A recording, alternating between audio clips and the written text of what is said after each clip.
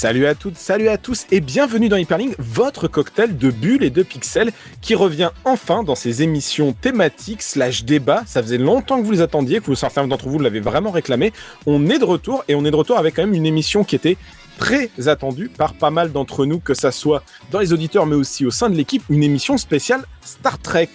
Donc, je vais dire, on va présenter toute l'équipe autour de nous. Déjà, on va commencer par nos deux membres qui sont Karl et Ariane. Comment ça va, Karl ?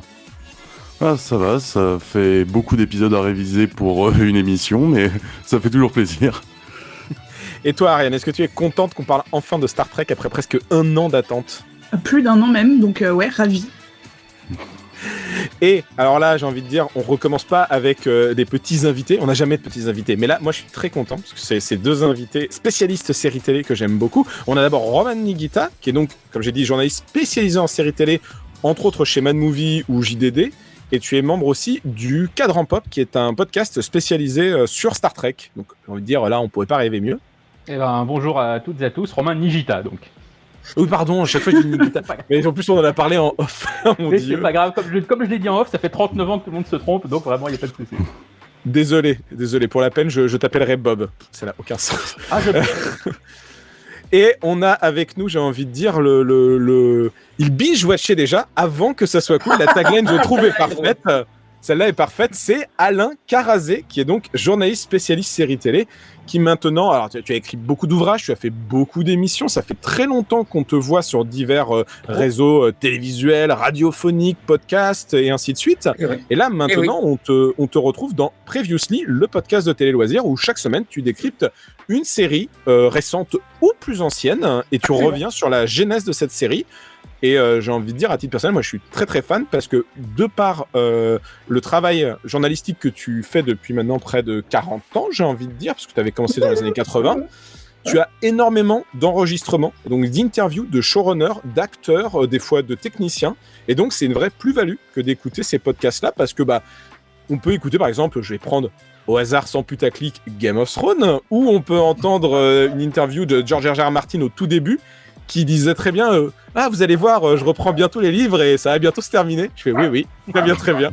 Donc c'est ça qui est intéressant avec les interviews d'époque, c'est que les personnes sont dans le jus, on va dire, et ils ne peuvent pas transformer l'histoire 10-15 ans plus tard. Et quand George R. Martin donc disait depuis un bar à Belfast, vous allez voir, là on est une petite dizaine à prendre un verre après le tournage. Quand la série aura démarré, on ne pourra plus faire ça parce qu'il y aura trop de monde. Là, par contre, il avait raison. Là il avait senti le vent tourner. Il avait senti que ça allait marcher. En tout cas, bon, on n'est pas là pour parler de Game of Thrones, on est là pour parler de Star Trek, mais tout ça pour dire que je suis très content de vous avoir tous les deux, et je suis très content d'avoir nos deux spécialistes, parce que c'est une émission qu'on voulait faire depuis très longtemps, Star Trek. J'ai envie de dire, on va pas perdre de temps, parce qu'on a pris assez de retard comme ça aujourd'hui. D'ailleurs, excusez-nous, chers auditeurs et auditrices, on a eu un petit souci technique, mais on est là et l'émission va commencer. Donc j'ai envie de dire, on va commencer d'abord par parler de Star Trek. Qu'est-ce que c'est que Star Trek ? On va définir Star Trek. Et donc, Karl, qu'est-ce que c'est que Star Trek ? D'où ça sort ?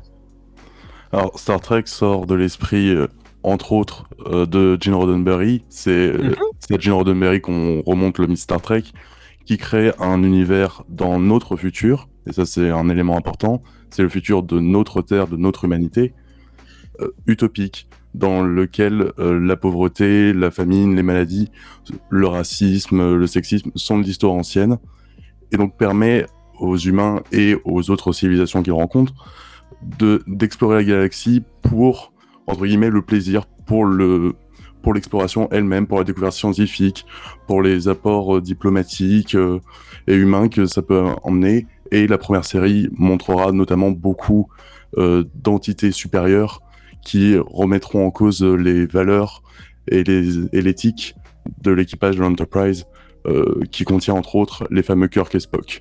Ça, c'est la base de Star Trek, comment ça a été créé dans la série originale des années 60.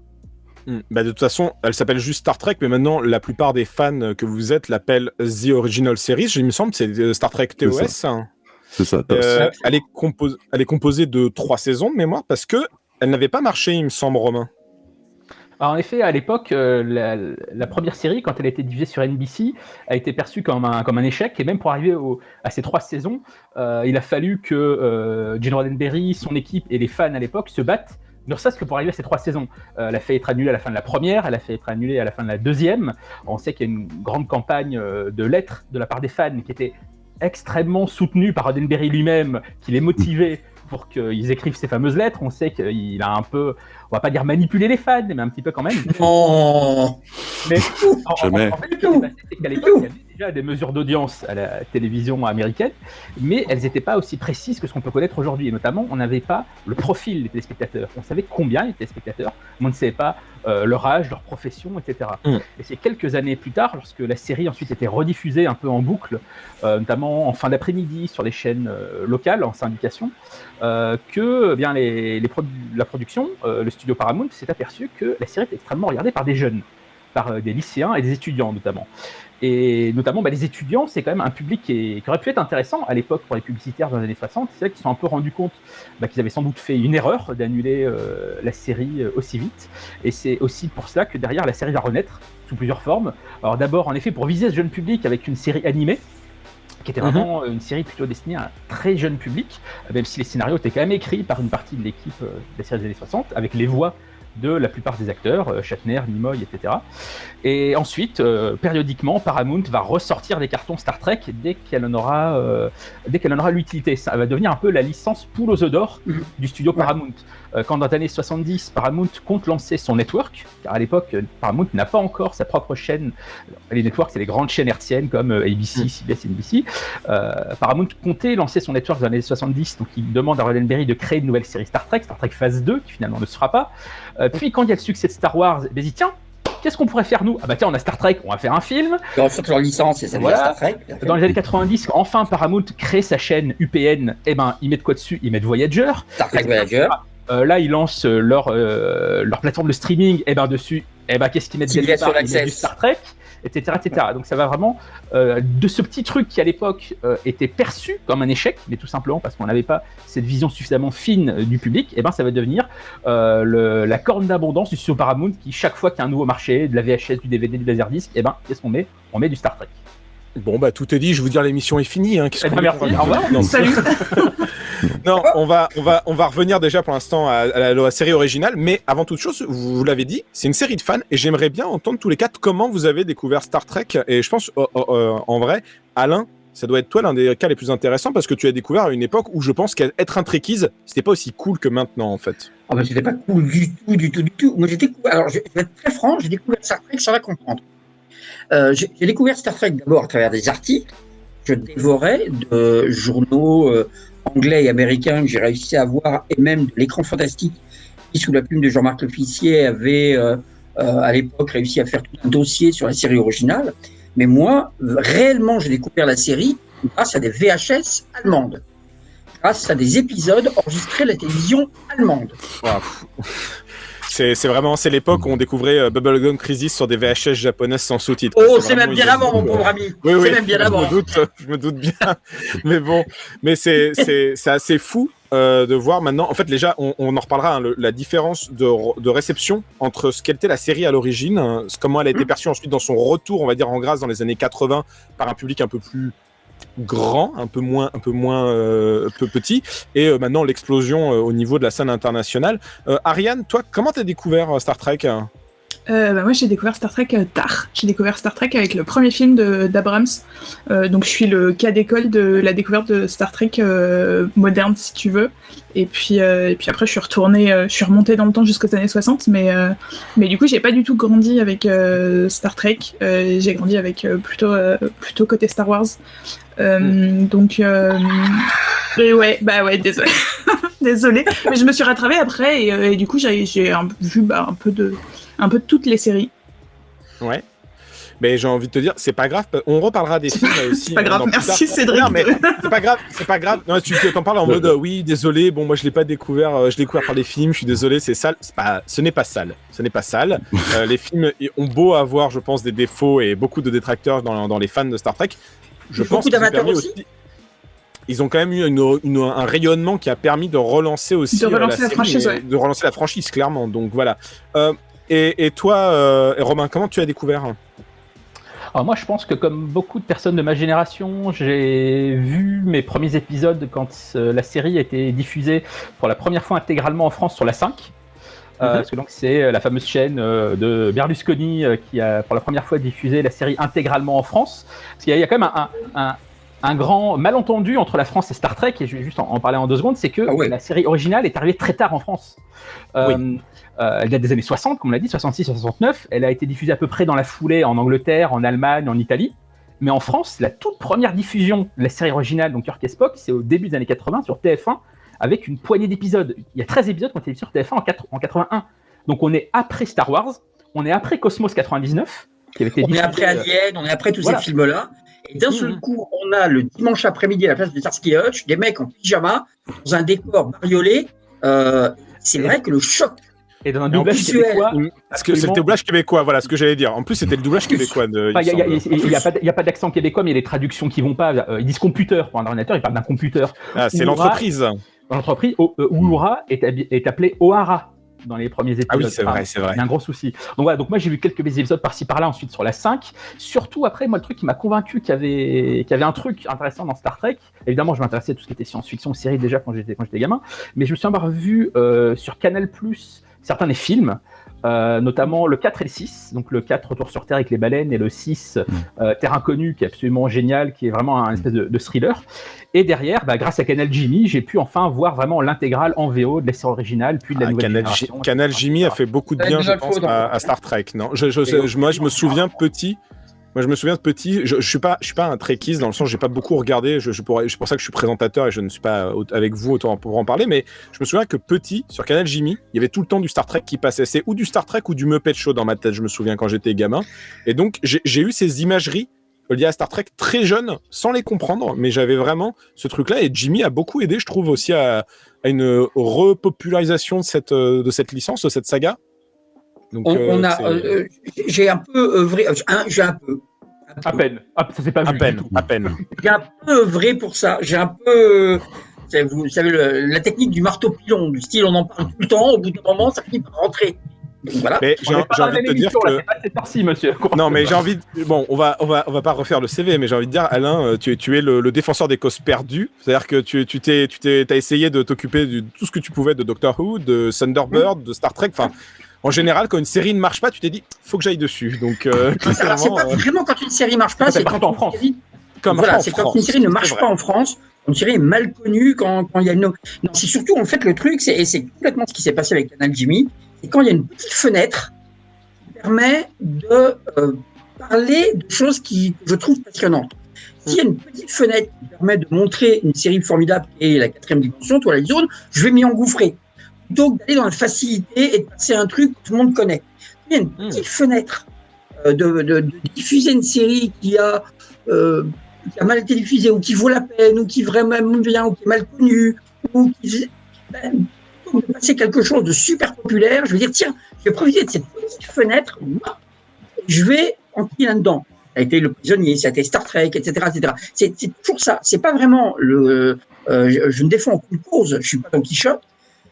Simplement, je me dis, quand j'ai l'opportunité de parler d'un truc et d'essayer vraiment de montrer quelque chose d'intéressant qui est passé un petit peu sous le radar de plein de gens, c'est l'occasion. Parce que quand même, on a démarré sur Canal Jimmy. Comme Romain le disait très bien, il y a eu quand même une diffusion massive sur la 5. Cette diffusion massive de Star Trek, la série classique, a donné lieu quand même à des couvertures de magazines. Il y a eu des articles dans Libé, etc. Il y a eu plein de choses. Il y a des magazines télé. Le premier magazine presse télé, avait en couverture Monsieur Spock.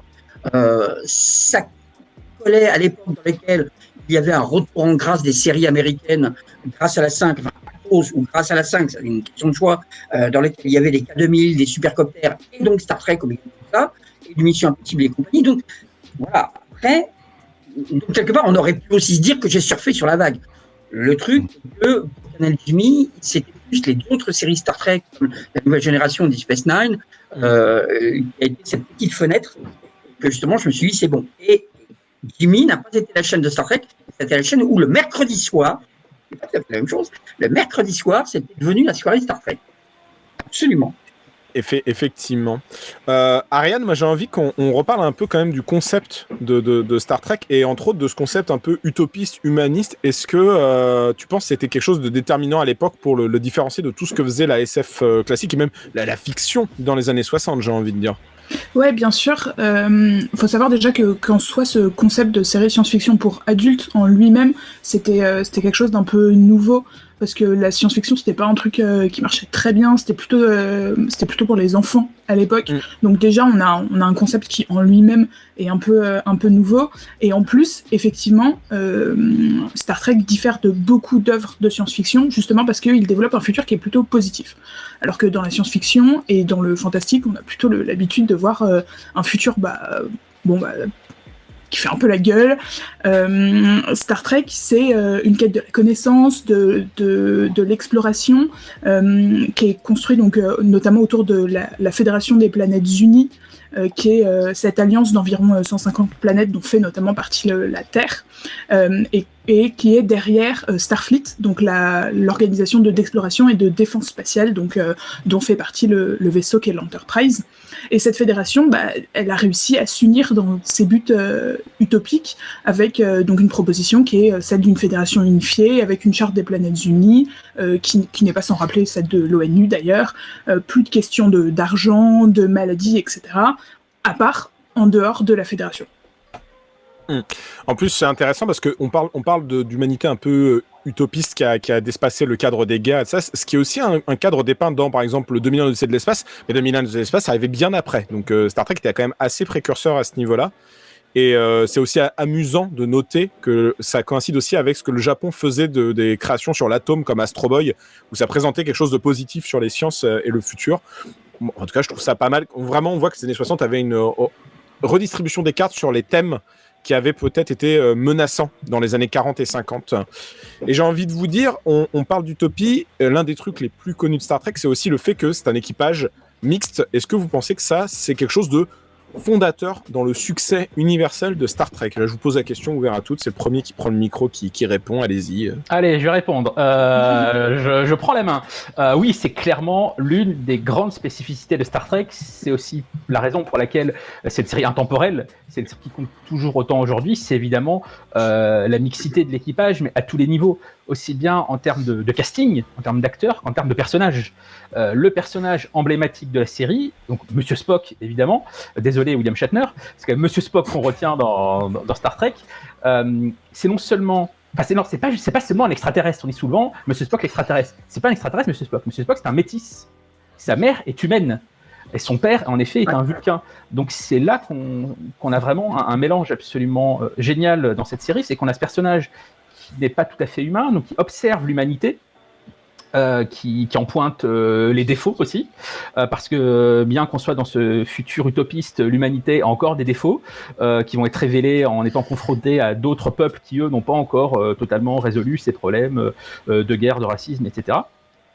Donc en effet, ça c'est prodigieusement important. On a évidemment à la barre du vaisseau, on a Hikaru Sulu, qui est un personnage d'origine japonaise, qui est joué en plus par un acteur qui depuis des années milite pour la reconnaissance de du traitement qui a été infligé aux Américains d'origine japonaise pendant la Deuxième Guerre mondiale. Donc il y a une profondeur d'analyse à travers tout ça.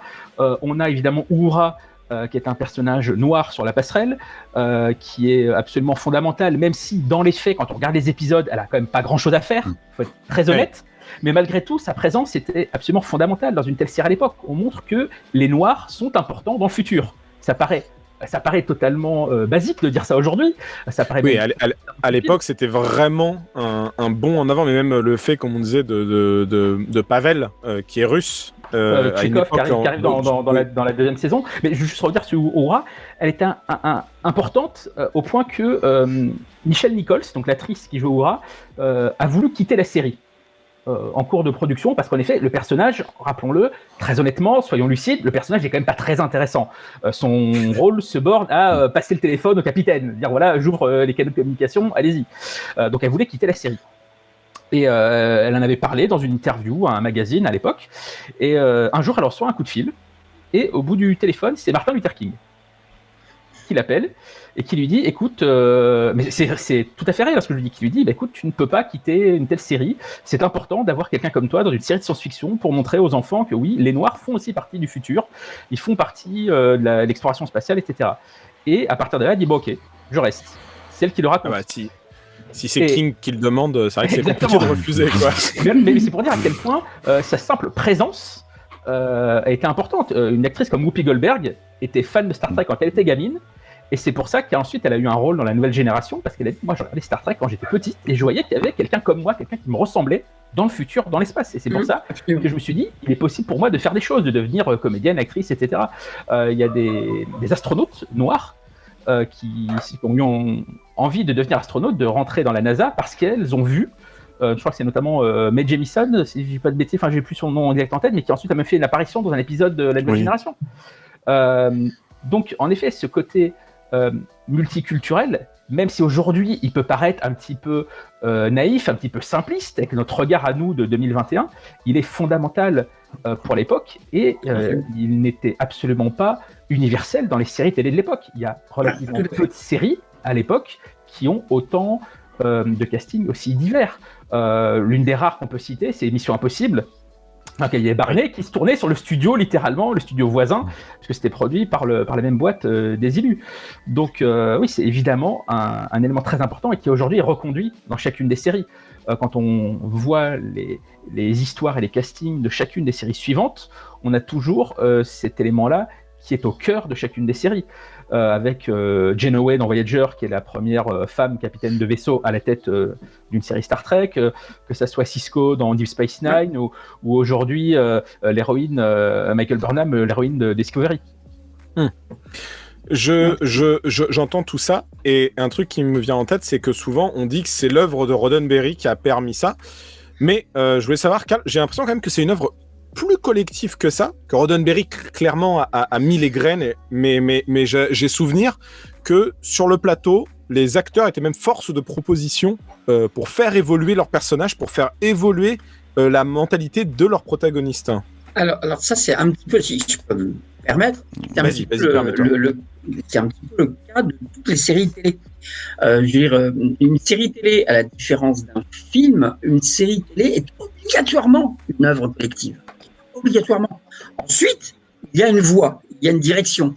Il y a quelqu'un qui dit oui ou non, qui dit c'est d'accord ou c'est pas d'accord. Maintenant, c'est quelqu'un qu'on appelle le showrunner, mais déjà à l'époque, on l'appelait le producteur exécutif, ou le créateur, etc. Il y a une voix parce qu'il faut une cohérence dans les personnages et dans les trames, d'épisode en épisode. On ne peut pas faire des choses différentes entre l'épisode 3 et l'épisode 15, même si, à l'époque, il n'y avait pas la replay, il n'y avait pas les rediffs, il y avait les rediffs, mais il n'y avait pas moyen de voir les choses, et que pas mal de producteurs se disaient, bon, quoi bon, on lui a refait ça, mais après on le fait autrement, c'est pas grave, les gens ne l'ont pas vu, ne s'en souviennent pas, c'était il y a 6 mois, etc. N'empêche que, généralement, les bonnes séries sont des séries dans lesquelles il y a une cohérence. Et donc, la cohérence, c'est parce qu'il y a une personne à la tête. Cependant, cette personne ne peut pas tout faire. Cependant, cette personne, elle n'est pas réalisateur, directeur de casting, elle n'est pas scénariste de tous les épisodes, etc. Donc, c'est toute une équipe qui est derrière. Il y a des producteurs exécutifs, il y a des producteurs délégués, il y a des responsables du scénario, il y a des responsables de l'atelier de scénaristes, et ainsi de suite, qui demandent à d'autres scénaristes d'écrire des choses et qui lisent ce qui ont été envoyé et qui décident, et ainsi de suite. Il y a quelqu'un à la tête comme Roddenberry, oui, mais ça ne veut pas dire que Roddenberry a absolument tout fait. Dans le cas de Star Trek, Roddenberry a lancé le projet, il a eu l'idée, c'était créé par Gene Roddenberry, c'est clair, mais ensuite il y a d'autres personnes, dont par exemple Gene Coon, qui était un des producteurs exécutifs de la série, qui lui, par contre, était moins, on va dire, mis en avant par les médias, par Paramount, qui souhaitait lui-même moins se mettre en avant. Gene Roddenberry était plus vociférant, enfin il participait à des conventions, etc. Sa série continue. Mais Gene Coon, non, lui, il travaillait, il était dans la soute, on va dire. C'est quand même Gene Coon, et là je parle sous la direction de vous, beaucoup plus grands spécialistes des détails de Star Trek, qui a quand même inventé énormément d'éléments qui font partie maintenant de la mythologie Star Trek, comme les Klingons, il y a plein de choses qui ont été créées, mises en place, et gérées par Gene Coon, alors que tout le monde se taisait. Donc, oui, c'est obligatoirement une œuvre collective. C'est la réunion de chaque chose. Mais j'ai tendance à dire que c'est un peu comme ça dans toutes les séries. dans toutes les bonnes séries, c'est parce qu'il y a un producteur, des scénaristes, des créateurs, des réalisateurs, que les acteurs, au bout d'un moment, se disent, moi, je connais mon personnage, donc je vais influer sur les scénarios. Les scénaristes voient les comédiens se débrouiller et disent, celui-là, il a l'air de bien maîtriser son personnage, donc je vais lui donner plus de grain à moudre dans le prochain épisode, je vais faire plus de choses avec lui. Ou l'acteur est pas bon, donc quelque part, je vais diminuer la portée de son rôle, et ainsi de suite. Donc, c'est obligatoirement un travail collectif au bout d'un moment. Même s'il y a un nom qui apparaît en tête de gondole, on va dire, généralement ce sont les acteurs, ça peut être aussi le producteur, le créateur, même s'il y a un nom qui apparaît en tête de gondole, oui. Pour approfondir sur ce que dit Alain sur Gene Coon, l'un des grands malheurs de ce monsieur, c'est qu'il est mort assez jeune, malheureusement, il est mort dans les années 70, donc il n'a pas pu participer à la résurgence de Star Trek, mais c'est vrai qu'il a énormément participé à approfondir la mythologie de l'univers Star Trek tel qu'on le connaît, parce qu'évidemment, quand Gene Roddenberry crée le concept de base, il ne crée pas tout le background des Klingons, des Vulcains, bien etc. sûr. C'est Gene Coon qui a beaucoup approfondi ça, et il y a une autre personne au scénario aussi qui est très importante, et qui là aussi reflète un peu la diversité, la volonté de diversité de Star Trek à l'époque, c'est DC Fontana. Absolument. Le D pour Dorothy, parce que donc c'est une femme. À l'époque, il n'y avait pas beaucoup de femmes auteurs de science-fiction qui étaient mises en avant comme ça à la télévision, et c'était une personne extrêmement importante dans la série originale, à tel point qu'elle est revenue travailler sur la série animée, puis sur la première saison de la nouvelle génération. Elle a même un peu bossé sur Babylon 5. Enfin voilà, c'est quelqu'un. Elle est morte il y a pas très longtemps, malheureusement, il y a 3-4 ans. Et voilà, c'est aussi des volontés de Roddenberry à l'époque, malgré toutes ces turpitudes, on va peut-être en reparler plus tard, mais d'avoir dans son équipe une équipe assez diversifiée, ce qui n'était pas le cas. Encore une fois, à l'époque, il faut se remettre dans le contexte. En 66, à la télévision américaine, il y avait malheureusement pas beaucoup de femmes scénaristes, encore moins dans le domaine de la science-fiction. C'était encore un domaine qui était très, très machiste. Et donc voilà, ça prouve à quel point Star Trek était novateur également dans ce domaine-là. On parle de toutes ces innovations. Moi, j'ai un souvenir, entre autres, c'est le personnage de Sulu qui est très connu. Enfin, il est connu pour plein de choses, mais une des imageries les plus connues de Sulu, c'est l'épisode où l'équipage pète un plomb à cause d'un virus et Sulu se met à faire du fleuret. Ouais. Et l'anecdote que j'ai entendue, qui me semble être corroborée par plein de gens, c'est que initialement, il devait avoir un katana et il s'est opposé à cette imagerie qu'il trouvait raciste et cliché, en disant c'est pas parce que je suis asiatique que mon personnage devrait faire du katana, et il a eu l'idée de faire le fleuret à la place parce qu'il disait que lui-même en faisait, il me semble. Ce qui était faux d'ailleurs, je crois. Je crois qu'il s'est précipité pour prendre des leçons d'escrime dans la foulée. À ma connaissance, il n'était pas du tout fleurettiste, il avait complètement menti sur ce point. Ça, c'est comme tous les acteurs hollywoodiens qui, soi-disant, savent faire des claquettes, du cheval, etc. Enfin, c'est Joey dans Friends qui, soi-disant, sait tout faire, mais qui sait rien faire. C'est vrai, mais ça n'empêche que c'est un mensonge. C'est quand même un pieux mensonge, parce que l'idée derrière était quand même assez intéressante et assez jolie, quoi, de casser un cliché. L'anecdote sur le cliché, par contre, est véridique. Et encore une fois, ça montre que, malgré toutes leurs bonnes intentions, les scénaristes et producteurs à l'époque, par moments, retombaient eux-mêmes dans certains clichés. Et que, comme l'a très bien dit Alain, une série, c'est aussi une œuvre collective, et que quand il y a une bonne idée, on la saisit au bon. Et ça, voilà, encore une fois, ça a permis cet approfondissement. Alors malheureusement, le personnage que vous citez tout à l'heure, le personnage de Tchekhov, lui, est franchement dans les clichés, puisque donc c'est un personnage soi-disant de russe, qui est joué par un acteur qui n'est absolument pas russe, qui donc nous gratifie d'un accent absolument monstrueux, malgré toute la sympathie que je porte pour Walter Koenig. C'est quand même pas ça. En plus, on lui met sur la tête une perruque pour le faire passer pour un des membres des Monkees. Alors, si vous ne savez pas ce que c'est que les Monkees, c'est les Beatles. C'est les Beatles version télé. Voilà, c'est un vrai faux groupe monté pour faire une série télé façon les Beatles, et avec une espèce de choucroute sur la tête pour faire jeune. En gros, l'idée du personnage de Tchekhov, c'était pas du tout, comme on l'a dit à une certaine époque, d'avoir enfin un Russe pour montrer qu'on a fait la paix avec les Russes, c'était d'avoir un personnage jeune. D'avoir un jeune dans l'équipage, pour en effet capter un public jeune, pour faire remonter les audiences, pour qu'il y ait pour la chaîne qui diffusait, pour NBC, il y ait de quoi associer le public jeune à la série avec quelqu'un qui reflétait la jeunesse de l'époque, soi-disant le cliché de la jeunesse de l'époque, à savoir adorateur des Beatles, les coups de feu jusqu'à là, etc., etc. Voilà, donc c'était vraiment ça. Sûrement commercial. Moi, j'ai envie de te demander, Karl, on parle de tout ça, on parle de ces idées, de ce progressisme, des idées de mode aussi, pour faire marcher. On parle aussi... c'est quand même une série des années Kennedy, ça parle des droits civiques, la série aussi, ça sous-entend aussi des choses liées au Vietnam. est-ce que c'est une série qui est profondément ancrée dans son époque ou est-ce qu'elle était en marge? Et est-ce que tu penses que c'est peut-être la raison pour laquelle le succès de la série a périclité?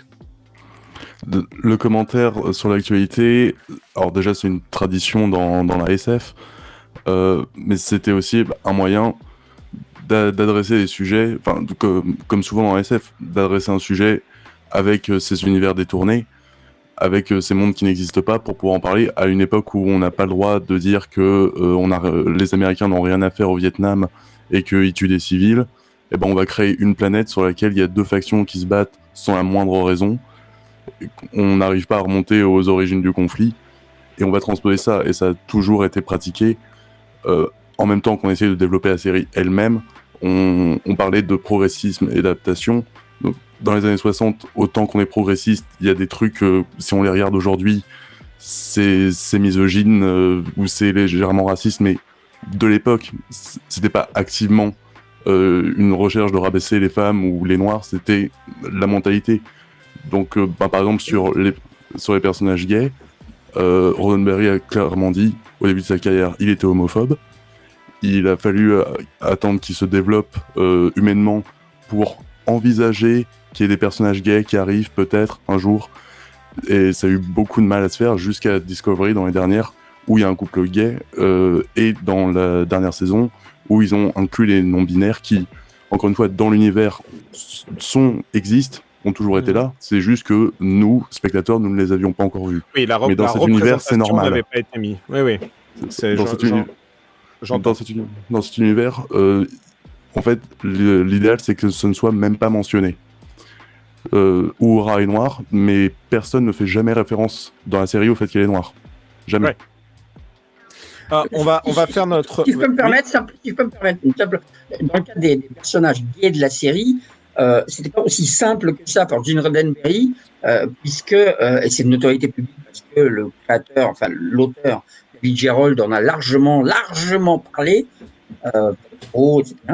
Gene Roddenberry a toujours, pendant toute la période où il était à la tête de Star Trek The Motion Picture et la première saison de The Next Generation, de la nouvelle génération, il a toujours refusé qu'il y ait le moindre personnage gay, et jusqu'au point de refuser un scénario totalement écrit dans lequel c'était, comme vous l'avez très bien dit, il y avait des sous-entendus qui pouvaient laisser penser, sans que ça soit aussi clair que dans Discovery, des choses comme ça, mais des sous-entendus dans lesquels c'était un reflet de l'homosexualité, etc. Donc, et rien que ça, déjà, il s'était complètement opposé à ça, et il avait foutu le script à la poubelle, il avait foutu le scénario à la poubelle, qui avait plus du tout à David Gerrold, qui s'en était exprimé, je crois, longuement là-dessus. Donc, autant sur le reste, on peut tout dire de David Gerrold, autant sur ce point-là, par contre, il était assez coincé, on va dire.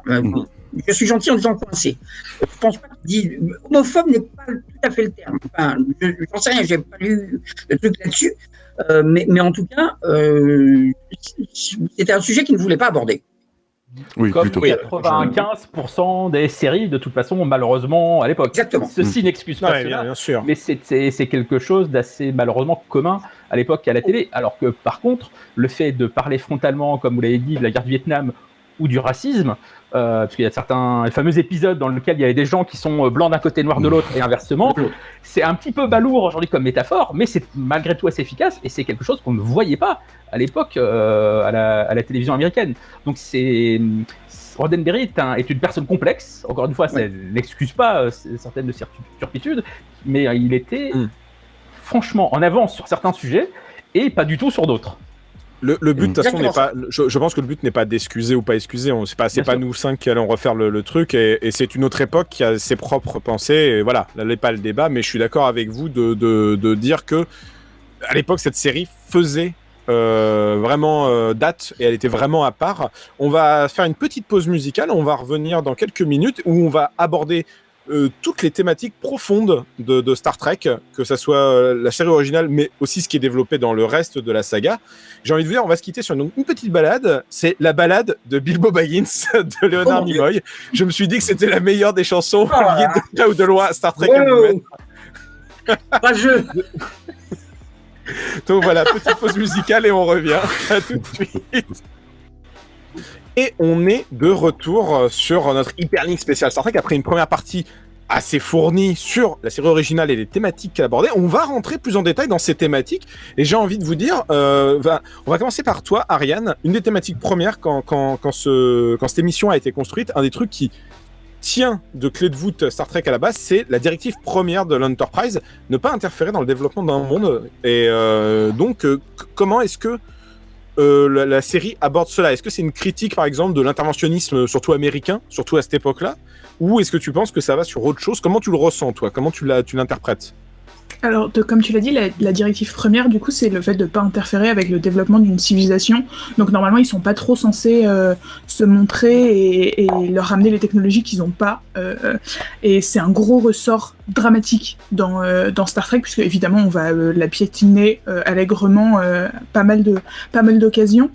Mais voilà, c'est un dilemme de l'utopie, si tu veux, qui est obligé de se confronter à la politique de la galaxie, aux affrontements des peuples hors fédération, la fédération qui va aussi parfois affronter ses ennemis un peu par biais de peuples, tu vois, interposés.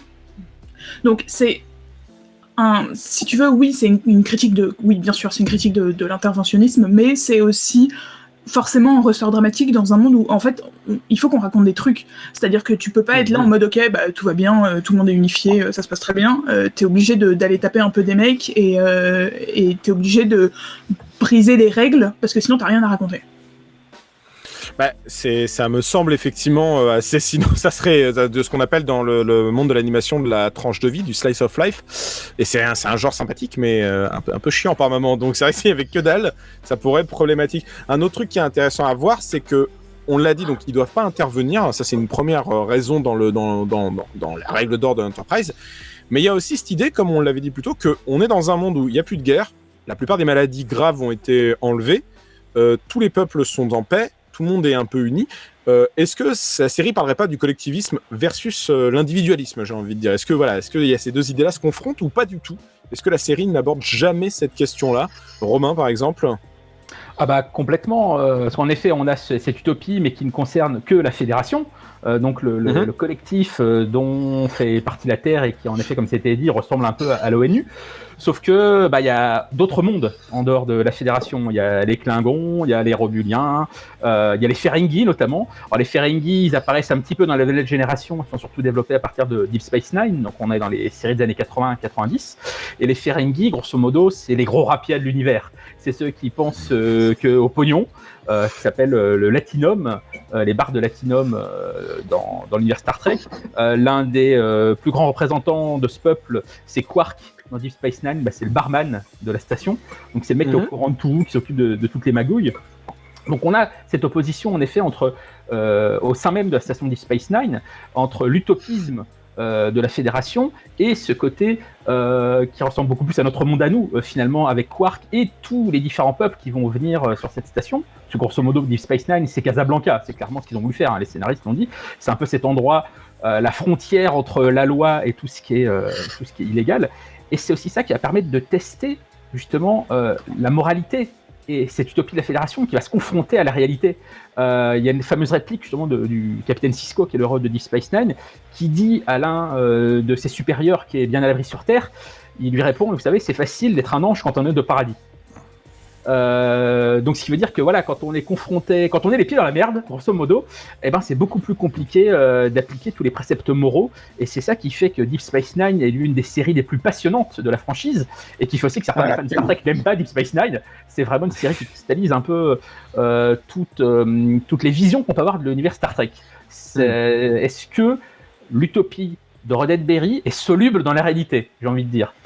En fait, si on regarde bien l'utopie de Roddenberry, et si on écoute bien ce qu'il a dit, c'est finalement assez pessimiste, parce que ce que dit Roddenberry, c'est que, grosso modo, si l'humanité ne s'est pas unie, si l'humanité n'a pas dépassé les guerres, l'humanité n'existera même plus dans le futur, parce qu'elle se sera autodétruite.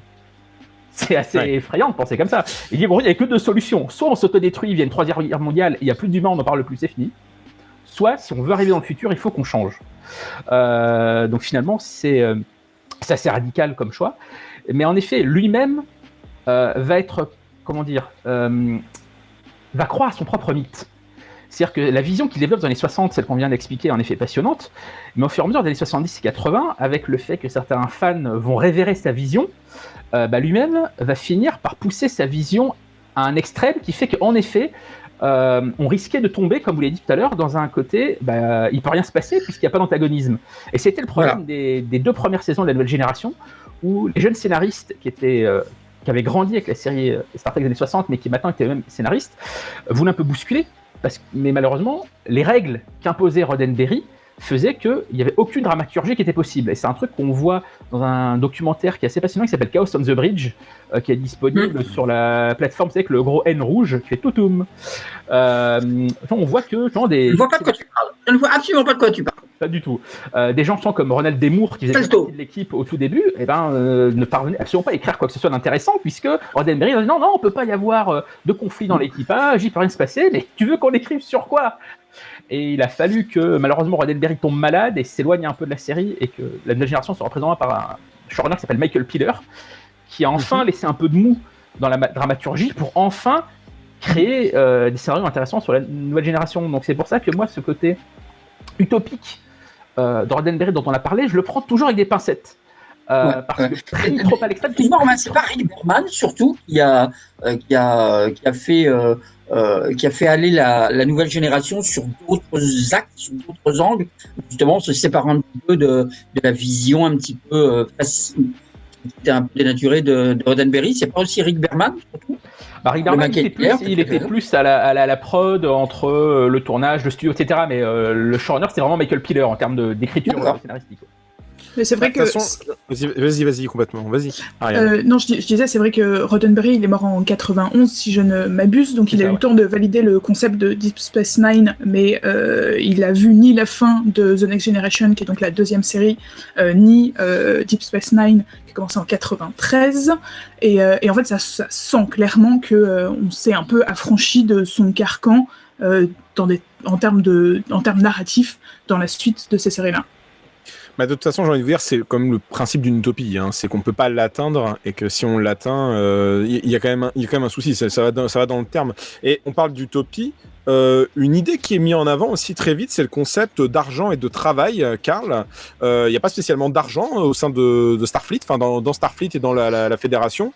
Et le travail, il est dispensé d'une autre manière. On travaille par rapport à nos capacités et par rapport à ce qu'on a envie. Donc c'est quand même une vision vraiment utopique du monde, là, j'ai envie de te dire.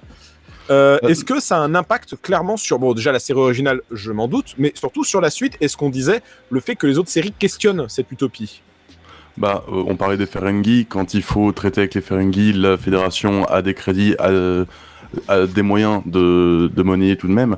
Mais en son sein, on continue à représenter des membres de la Fédération qui, découvrant de nouveaux mondes, allant sur un marché et n'arrivant pas à comprendre comment marche l'argent. Bon, ce qui, en général, me fait toujours marrer comme scène. Mais ça implique une politique interne de cet univers où le travail n'étant fait que pour le développement personnel par le travail et pour le développement collectif par les objectifs atteints collectivement. Là, c'est une vision très optimiste de ce que pourrait être un monde affranchi de capitalisme. C'est un petit peu le principe d'un revenu universel dans un système où les technologies permettent de faire chez soi, à partir de molécules d'air, ses vêtements, sa nourriture, ses outils. Il n'y a plus besoin de travailler. Mais après, est-ce qu'on devient un noble de l'Antiquité romaine où, parce qu'on ne travaille pas, on est dans l'oisiveté et on se contemple toute la journée, ou est-ce qu'on travaille pour le bien commun ? Et l'idée générale de Star Trek, c'est qu'on va essayer d'aller travailler vers le bien commun. De toute façon, c'est le but même de la série originale où l'Enterprise est là pour repousser les limites et découvrir de nouvelles choses. Et c'était la vision de Roddenberry, effectivement, à ce niveau-là. Alain, quand on pense à Star Trek, on pense forcément au fait que l'équipage va rencontrer différents peuples, différentes planètes, différentes civilisations. Et on a parlé au début, la directive première, c'est pas interférer dans le développement des mondes. Mais du coup, la question qui se pose, c'est peut-être qui est l'arbitre? Qui arbitre la partie? Est-ce qu'il y a une caution morale qui est intradigétique à la série? Donc est-ce que c'est l'équipage ou un ordre politique, donc le Starfleet? Ou est-ce qu'au contraire, c'est des problèmes qui sont laissés ouverts pour que le spectateur réfléchisse à ça? Justement, c'est la deuxième version, à savoir que dans la plupart des scénarios, on se dit c'est au spectateur de choisir. Alors, c'est plus que ça, bien évidemment. C'est fait de façon à... voilà, on vous donne quand même la bonne direction, surtout dans les séries des années 60. Dans les séries après, un peu moins. Dans les séries après, on se questionne sur les choix qui ont été faits, les positions à avoir. C'est vraiment la base du truc. Je vous rappelle quand même que dans la nouvelle génération, Jean-Luc Picard est avant tout un ambassadeur. Et c'est avant tout un diplomate. Et c'est moins le capitaine qui ordonne des choses. C'est ce qu'il fait, mais il se positionne comme diplomate. Mais oui, le message est franchement de dire on ne doit pas interférer avec la volonté des autres pays, mais quelque part, pour qu'il y ait quand même un peu de dramaturgie, on va le faire, et quelque part, de toute façon, on va essayer quand même de montrer que ça, c'est le bon chemin à suivre et pas celui-ci. Alors, souvent, surtout dans la série classique, c'est la guerre, je vais caricaturer un peu, c'est la guerre c'est mal, la paix c'est bien, mais il y a quand même un peu de ça. Et ça devient un peu plus subtil, surtout avec Space Nine. C'est compliqué, parce qu'il s'agit de plusieurs combats, de plusieurs tactiques de guerre, où chacun doit voir son intérêt, mais aussi l'intérêt des autres, et où justement l'intérêt de la station de Space Nine est d'être au centre des choses, et d'essayer de façon très diplomatique de satisfaire les besoins de chacun, et de satisfaire sans que personne ne soit obtéré, sans qu'il y ait de génocide, on va dire. Donc, c'est vrai que c'est un peu compliqué, et donc cette théorie on n'influe pas sur le développement des autres races que l'on va rencontrer, on n'influe pas. En fait, c'est un prétexte. C'est un prétexte positionné au départ. On ne l'est pas du tout. Effectivement, c'est vrai qu'au début, on ne l'est pas. Donc, mais bon, le développement s'amène. Et une autre question face à tout ça, parce que là on parle de rencontres, de conflits. Ariane, moi je voulais que tu me parles. En fait, est-ce que la série elle est manichéenne au final? Parce que là on entend quand même que l'équipage va à la rencontre de différents peuples, dont certains peuples qui sont belliqueux. Donc ça veut dire que forcément Starfleet c'est les gentils, non? Non mais bien sûr que la série n'est pas manichéenne, sinon on se poserait même pas la question. Non, c'est plus compliqué que ça, et c'est développé beaucoup dans les séries d'après. Alors on parle beaucoup de Deep Space Nine depuis tout à l'heure, là, qui est la troisième série, qui a lieu donc non pas sur un vaisseau, même s'il y en a un qui est introduit un peu plus tard dans la série. Elle a lieu sur une station spatiale, et elle a lieu dans un contexte notamment de terrorisme. Et ça va permettre... C'est une série qui est plus sombre que les précédentes, et c'est une série qui va explorer notamment le terrorisme, mais aussi la guerre dans un peu toutes leurs facettes, et de façon vraiment parfois très sombre, en n'hésitant pas à aller sur le champ de bataille, en étant confronté à la mort, en s'interrogeant sur ok, les terroristes ils sont gentils, ils sont méchants. Il y a une organisation aussi qui s'appelle le Maquis, qui est non seulement dans Deep Space Nine mais aussi dans Voyager, qui est la série d'après, qui permet aussi de se poser ces questions-là, puisqu'ils sont considérés, eux, par la Fédération comme des traîtres. Et en même temps, ce qu'ils font, eux, c'est lutter contre l'occupation cardassienne, des Cardassiens, qui est un des ennemis de Star Trek. Donc, en fait, eux, ce qu'ils veulent, c'est... Ils sont chez eux, ils veulent récupérer leur planète, ils sont pas du tout d'accord pour qu'on les occupe, mais... La Fédération a filé leur planète, en fait, a signé un traité avec les Cardassiens et a en fait autorisé à créer cette zone de non-occupation où en fait ils sont plus chez eux, quoi. Et donc c'est des traîtres, c'est des terroristes, et toutes ces interrogations sont évidemment pas du tout figées, pas du tout manichéennes, et évidemment très intéressantes aussi, quoi. Karl, est-ce que tu as quelque chose à rajouter à ça?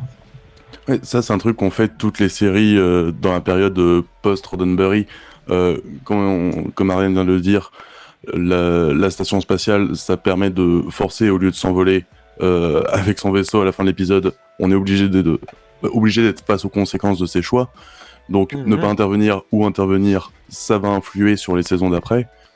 Et les séries d'après ont continué à faire ça. La 4e série, Voyager, se passe alors comme les 2 premières sur un vaisseau, mais perdu de l'autre côté de la galaxie, où ils n'ont aucun contact avec la Fédération, et où toutes les règles doivent être redécidées, notamment le rapport aux races extraterrestres. La série encore après, c'est le tout premier vaisseau d'exploration, donc c'est celui qui doit établir ces règles. Et là, dans Discovery, la dernière série, on joue avec le temps, donc ça devient encore plus compliqué.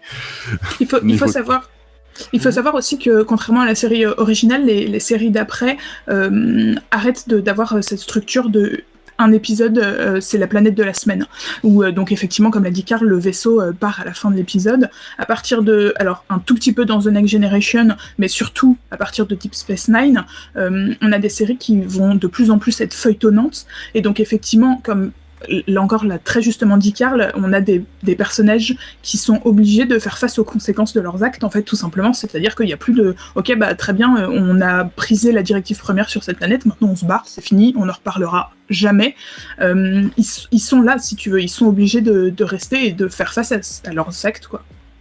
Bah, du coup, effectivement, c'était une des questions du conducteur, c'est est-ce que le passage épisodique à feuilletonnant est payant par rapport à cette série ? J'ai l'impression que oui, et on va bientôt finir cette partie, mais avant, j'ai une dernière question pour vous.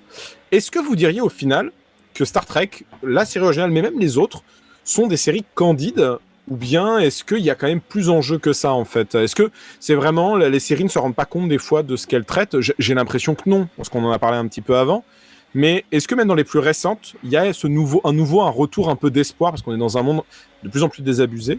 Et est-ce que les séries récentes, par exemple Discovery, essayent de renouer avec l'esprit un peu candide des débuts, en fait ?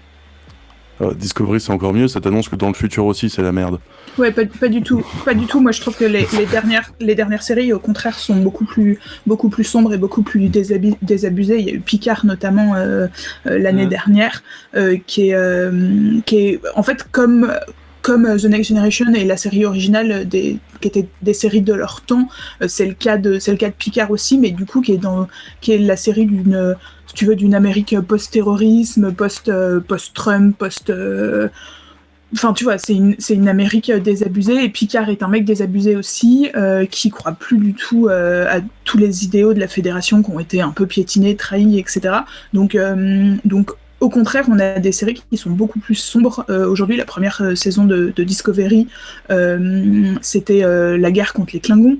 Donc c'était un truc, c'était pas hyper folichon non plus. Donc clairement, au contraire. D'accord, bon, je suis un peu dépité par tout ça. Romain, est-ce qu'il y a quand même un peu de candeur, tu penses, où tout est mort ? La vision de Roddenberry est-elle définitivement disparue à l'hôtel de Star Trek, la franchise ? Je suis pas tout à fait d'accord avec ce qui vient d'être dit. Alors sur Picard, c'est vrai, au début de la saison, sur le côté désabusé de Picard qui reconnaît plus sa fédération, mais ça c'est pour poser les enjeux dramatiques de la série, et on voit que ça évolue au fur et à mesure de la saison, et que en effet avec son équipage un peu de mercenaires, il va réussir à retrouver un petit peu de comment dire, d'enthousiasme par rapport à ce qu'il est capable d'apporter à la fédération. Pareil sur Discovery. En effet, les 2 premières saisons sont assez sombres, mais je trouve que la 3e, même si elle se passe dans un futur où tout a été démoli, justement, l'intervention de l'équipage Discovery va permettre de ramener un peu d'utopie dans tout ça. C'était un petit peu le message de la saison, qui était d'essayer de retrouver un peu de connexion entre les gens, en plus sachant que toute la post-production de la saison, le montage, etc., a été fait en plein pendant la période de pandémie, où justement on ne pouvait plus communiquer avec les gens, et le côté communication et connexion était vraiment la thématique de cette saison. Donc je suis pas certain que le futur soit aussi noir que ça dans les séries récentes. Si on se souvient bien, la 3e saison d'Enterprise, elle, était à fond dans le côté post-11 septembre. La 3e saison d'Enterprise, c'est 24 heures chrono, en fait. Déjà, c'est la première fois qu'on avait une saison complète d'une série Star Trek qui n'avait qu'un seul fil rouge, et c'était l'équipage de l'Enterprise va aller péter la gueule aux terroristes. On a eu, parce qu'en grosso modo, dans le dernier épisode de la saison 2, on a une méga attaque sur la Terre. En gros, c'est le 11 septembre.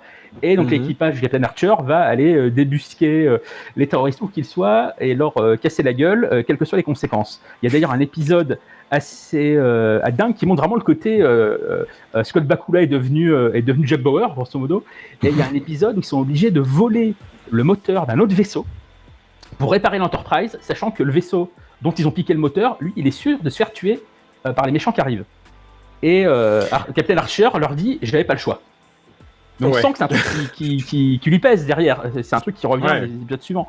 Mais avec cette saison-là, sachant que les 2 premières saisons d'Enterprise étaient quand même pas terribles, et les scénaristes s'en rendaient compte, qu'ils s'étaient un peu foirés sur ce coup-là, ils ont tenté un truc. Ils ont dit foutu pour foutu. De toute façon, la série marche pas, le studio s'en fout, on va tenter un truc. Et c'est vrai qu'ils ont tenté ce truc de plonger vraiment dans le côté post-11 septembre. Ils y sont allés à fond. Moi, je défends plutôt cette saison-là, que je trouve intéressant, parce qu'ils ont tenté un truc, même si derrière, ils l'ont complètement abonné, parce que derrière, la 4e saison d'Enterprise, qui sera la dernière, fait enfin ce que les gens attendaient d'Enterprise, c'est-à-dire faire vraiment des préquels d'éléments qu'on connaissait dans la série originale. Ouais. Ils ont attendu comme la 4e et dernière saison pour faire ça, ce qui est un peu ballot, alors que c'était le truc de base. Et juste on en a pas parlé, mais oui, c'est vrai qu'Enterprise, c'est une série qui est un préquel à la série originale, vu que ça raconte les débuts du vaisseau l'Enterprise. Enfin, c'est pas l'Enterprise de Spock et Kirk, c'est un autre. Oui. Ouais. Et juste pour terminer là-dessus, sur le côté, le fait que le feuilletonnant a pu apporter un peu de complexité dans tout ça, de voir les conséquences des actes des personnages de Star Trek, je trouve que la grosse opportunité manquée, ça a été Voyager.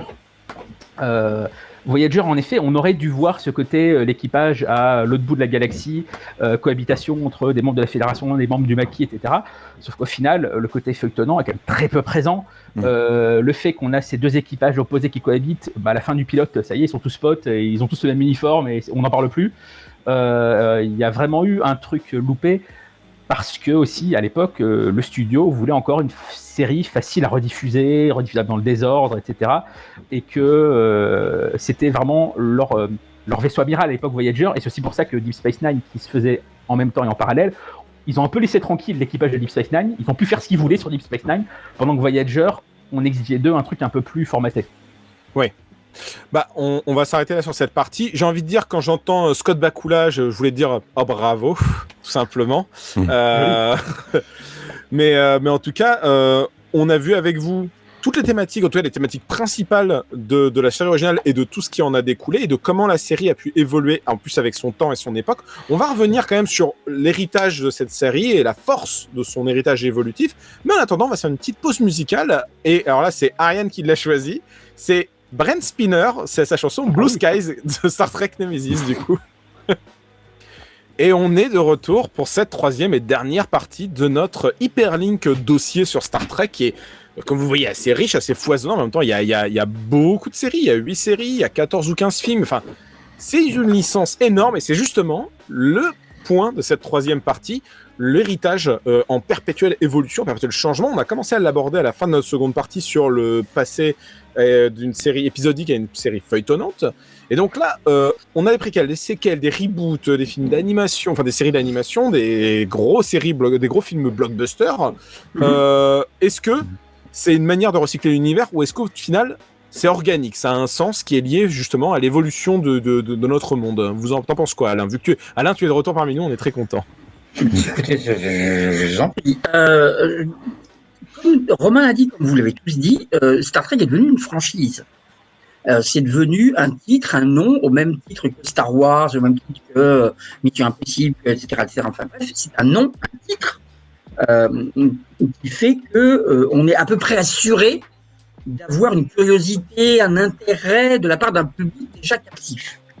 Super important. Et comme Romain l'a très bien dit au tout début, si on regarde un petit peu l'évolution du paysage audiovisuel américain, à chaque fois qu'une nouvelle chaîne se crée, d'avoir une franchise permet à cette chaîne de se lancer. Et Star Trek a été à la base de pas mal de nouvelles chaînes, de nouvelles diffusions, que ce soit CBS All Access, donc la plateforme de streaming aux États-Unis avec Discovery, que ce soit Star Trek Voyager pour UPN, etc., etc. Donc c'est vrai que faut pas oublier ça. Faut pas oublier que ça c'est plutôt bien. Quelque part, on a une création de science-fiction ambitieuse, intelligente et bien faite, qui est aussi une force commerciale. C'est ce qui est, je veux dire, c'est pas donné à tout le monde. Il n'y en a pas des kilos, donc c'est plutôt bien. C'est pas les experts, vous voyez ce que je veux dire, et c'est très bien. Oui, clairement. Aussi, mais c'est quand même une très bonne chose. Ensuite, tout dépend entre les mains de qui on cède cette franchise, tout dépend à qui on fait les choses. Et là, j'aurais tendance à dire qu'il y a un savant équilibre à respecter. Le même équilibre, par exemple, que pour des séries comme Doctor Who en Grande-Bretagne. On doit à la fois respecter ceux qui suivent la série depuis le début, qui l'ont toujours regardé, qui connaissent par cœur les 25 saisons, etc., etc. Dans le cas de Star Trek, c'est toutes les séries, Star Trek Nouvelle Génération et ainsi de suite, Star Trek classique et ainsi de suite. Mais on doit aussi inciter des gens à regarder la nouvelle production, le nouveau film, la nouvelle série, en leur disant, si vous n'avez pas tout vu ce qui est avant, ce n'est pas grave. C'est super important. Tu ne peux pas partir du principe que tu vas dépenser 100 millions de dollars et exclure dès le début toute une partie de la population. Exactement, il faut faire la part des choses entre le fan et le profane, et il faut pouvoir faire une série qui puisse parler aux deux de manière à peu près équilibrée, effectivement. Donc tu as raison de le souligner, et surtout que c'est l'enjeu de cette série-là. Tu peux pas éliminer les fans d'un seul coup, parce que sinon, en effet, ta série va devenir une série bancale, banale et sans grand intérêt. Mais donc tu es obligé de les garder. En plus, il y a une historique. Il y a tout un univers qui a été créé, et c'est un univers foisonnant, et c'est la base d'une franchise. Une franchise, que ce soit Star Wars, Le Seigneur des Anneaux, etc., c'est qu'il existe un univers, ou même Game of Thrones, il existe un univers à l'intérieur duquel tu peux jouer, développer des personnages, développer des histoires, des trames, etc. Mais tu dois aussi être suffisamment futé pour te dire que cet univers-là, les gens peuvent y rentrer un peu n'importe quand. Et qu'un spectateur peut y rentrer un petit peu n'importe quand sans être paumé pour autant. En ayant simplement les bases comme quoi c'est de l'exploration de science-fiction spatiale, point barre, voilà. Et si tu saisis pas tous les Easter eggs qui sont disséminés dans la série, si tu n'as pas toutes les références, c'est pas grave. Tu vas quand même pouvoir apprécier et t'asseoir tranquillement dans une salle de cinéma ou devant ta télé et apprécier le truc. Donc c'est vrai que cet équilibre est quand même important. En clair, tu peux pas faire n'importe quoi avec Star Trek, en clair. Donc, tous ceux qui ont repris Star Trek par la suite, que ce soit J.J. Abrams, que ce soit les films, que ce soit les séries plus récentes, etc., ne peuvent pas faire n'importe quoi avec. C'est pas simplement du fan service, c'est qu'ils doivent respecter l'univers de Star Trek, respecter les grands thèmes, les grandes idées et surtout le fondement de Star Trek. Et alors, fondement qui peut différencier en fonction des personnes. On va en parler juste après de ce que chacun y voit dans Star Trek. Voilà. Vas-y. Mais tu dois faire avec, et quelque part, la mission qu'ils ont, c'est pas foutre en l'air la franchise. Et c'est ça qui est aussi important, il faut avoir ça en tête. C'est pas le mec qui arrive en disant, moi de toute façon, je fais mon truc, je fais mon œuvre, et puis terminé. C'est, ok, nous on te confie une franchise pour un film ou pour une série télé, il faut pas que tu nous la viande, il faut pas que tu nous la foutes en l'air pour 10 années qui suivent, parce que sinon, ça va être un petit peu dur pour nous, Paramount, pour les différents trucs qu'on a. Donc, des espèces d'équilibre entre les deux, c'est très intéressant, qui oblige les créateurs à respecter l'œuvre d'une manière ou d'une autre, soit en créant des univers parallèles, soit en s'inspirant de l'œuvre originale, mais en la situant bien après, voire bien avant, soit, voilà. En tout cas, tu ne peux pas t'affranchir complètement de la série classique. C'est ça, c'est le problème. C'est vraiment rien. C'est pas qu'un problème, c'est simplement, tu as une base, tu as une racine, tu dois tourner avec, tu dois jouer avec, mais tu ne peux pas la détruire. Le problème, non, quand je parlais de problème, je parlais de problème quand on est scénariste. C'est l'une des contraintes qu'on doit avoir quand on écrit, tout simplement. Romain, je vois que tu voulais intervenir sur ce qu'avait dit Alain à propos, entre autres, du côté des novices, la peur qu'on pouvait avoir. Complètement. Je voulais raconter une petite anecdote rapidement par rapport à ça pour aller dans le sens d'Alain. Je me souviens, un peu de temps avant la sortie du deuxième film des reboots d'Abrams, donc Star Trek Into Darkness, j'avais interviewé le producteur, Brian Burke, qui est l'un des bras droits de J.J. Abrams au sein de sa boîte de prod Bad Robot. Et le premier film d'Abrams, Star Trek tout court, en 2009, avait quand même cartonné aux États-Unis et dans le reste du monde. Et donc le second film était très attendu. Et au fur et à mesure de l'interview, chaque fois que je posais des questions, je voyais que Brian Burke insistait énormément pour que ce second film ne soit pas vu comme la suite du premier. Dans le sens, pas la peine d'avoir vu le premier, vous pouvez aller voir le nouveau. Il flippait tellement, parce que c'est un film qui a coûté extrêmement cher, tout comme le premier, et qui se devait de rapporter énormément d'argent.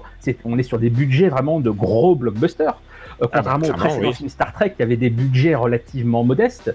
Donc on sentait que leur but avec ce film-là était d'en faire un gros blockbuster, que tout le monde puisse aller voir, et que surtout il ne fallait pas que les gens se disent « j'ai pas vu le précédent, je n'irai pas voir celui-là ».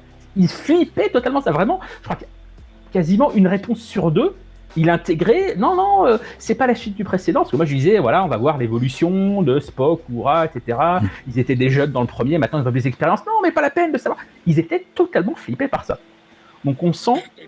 Et si je peux me permettre, en effet, pour aller au-delà de ce que vient de dire Romain, qui est très juste, il y a aussi un troisième aspect qui rentre en ligne de compte dans l'évolution de la franchise, dans l'évolution des séries, c'est l'évolution du paysage audiovisuel, du paysage cinématographique. Du coup, on a parlé là du budget des récents films Star Trek, du budget de blockbuster, quelque part, difficilement maintenant faire en dessous, mais tu as aussi, au niveau de la télévision, le fait que l'exigence du téléspectateur est devenue beaucoup plus haute qu'elle ne l'était à une époque. Ce que j'ai vécu moi en étant sur le tournage de Star Trek Discovery et en discutant avec les showrunners, et je pense que Romain, c'est exactement la même chose, et quand je me suis vraiment, quand je leur ai dit, il y avait quand même des moyens faramineux.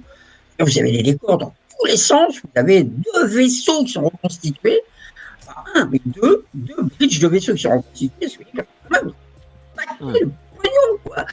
C'est monstrueux. J'avais vu ça sur Game of Thrones, mais j'avais pas vu ça jusqu'alors sur Star Trek. Je trouvais que c'était extrêmement ambitieux en termes de moyens. Et le créateur de Discovery me disait, on peut pas faire autrement. L'enjeu dans un monde télévisuel dans lequel il y a du Game of Thrones qui coûte 10 millions de dollars par épisode, nous, on se positionne en tant que totem de CBS All Access, on peut pas faire en dessous. On peut plus faire en dessous, on peut plus faire un truc dans lequel tu as 2 personnages autour d'une table comme ça, avec un décor pas terrible et des effets spéciaux. On peut plus. C'est pas possible, on se décrédibilise immédiatement, donc on détruit la franchise immédiatement si on fait ça. Donc ça, c'est le troisième aspect, c'est que quelque part, ces séries-là et ces films-là se doivent d'évoluer avec leur temps pour ne pas, au moment où ils sortent, vivre exactement la même chose qu'on a vécu en France quand on a eu les premières séries Star Trek, à savoir qu'elles étaient déjà démodées avant même qu'on les reçoive. Oui. Au moment où on les a vues, elles étaient déjà démodées. Et ben, les nouveaux films et les nouvelles séries ne peuvent pas être déjà démodées. Il y a un truc, juste pour rebondir sur ce que dit Alain, et en effet, moi aussi, quand je suis sur le tournage de Discovery, il n'arrêtait pas de prendre Game of Thrones en modèle. Il y a juste un truc, il faut bien se souvenir que la grande période d'expansion de la franchise Star Trek dans les années 80-90, là où on a eu la nouvelle génération, Deep Space Nine, Voyager et tous les films au cinéma, on est quand même dans une période où à l'époque, Star Trek, ils sont les seuls à faire de la science-fiction spatiale. C'est-à-dire qu'après la sortie du retour, en gros, entre Star Wars et le retour du Jedi, il y a plein de monde qui a essayé de copier Star Wars et tout le monde s'est planté.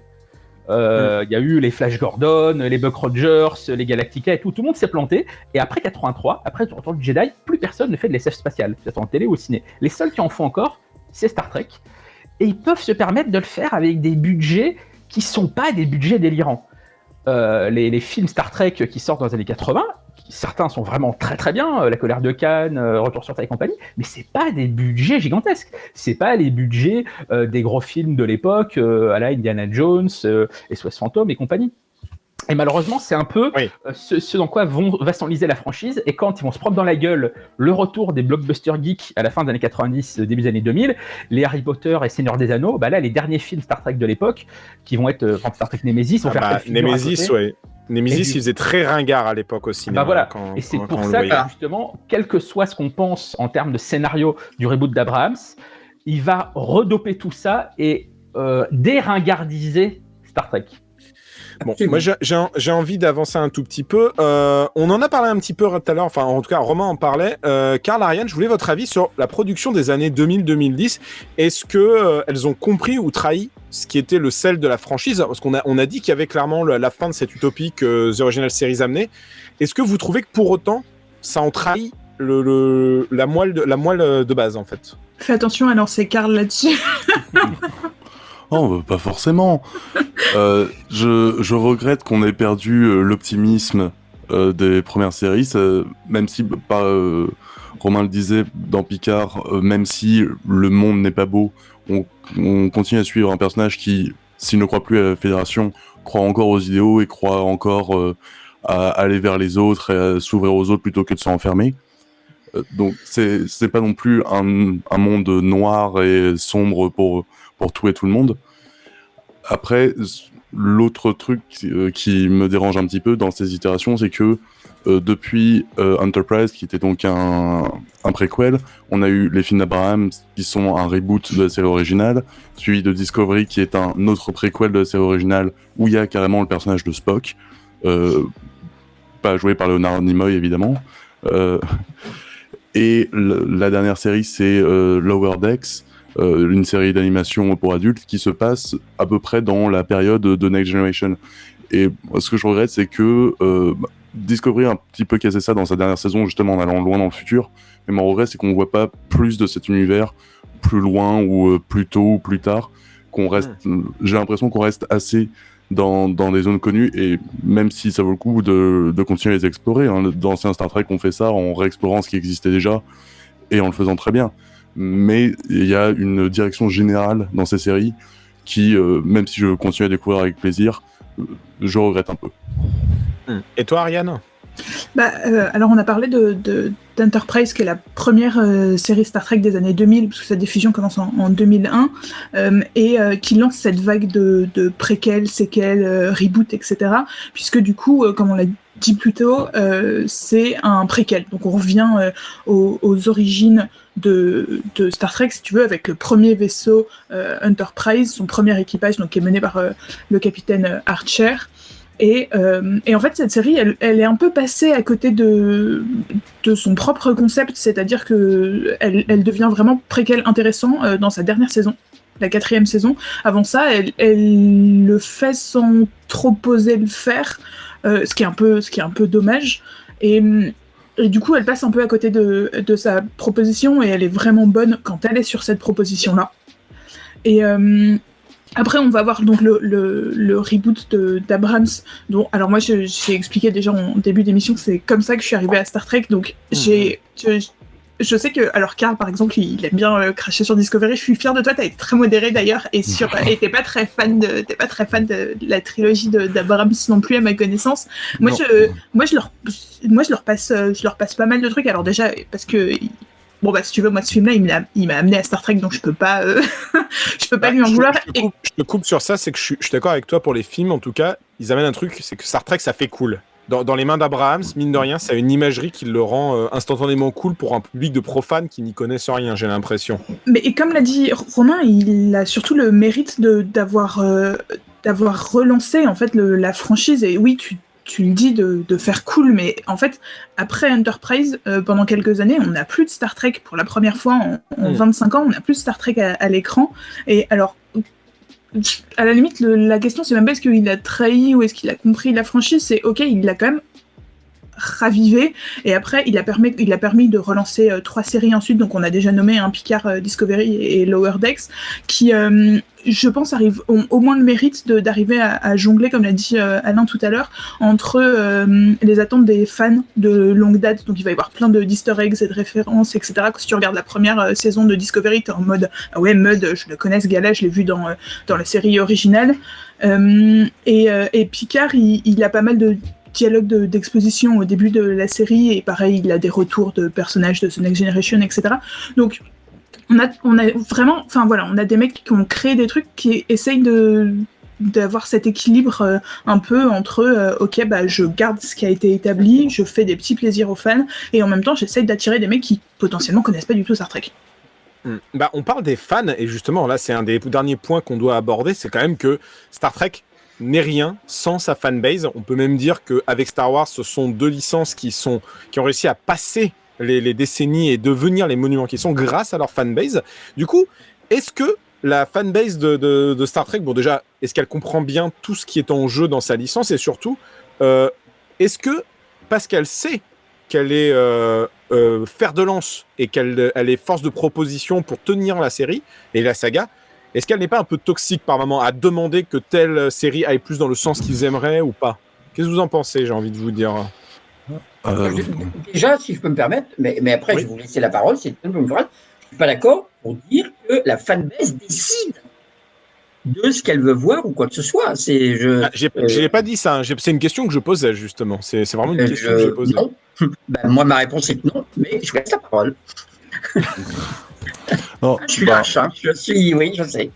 Comme disait Ariane, je ne suis pas forcément le plus grand fan des dernières productions, mais voir le nombre d'attaques, des fois gratuites, il y a des vidéos sur YouTube entières qui sont juste consacrées à dire c'est de la merde, regardez, c'est vraiment de la merde, regardez, comme c'était bien avant.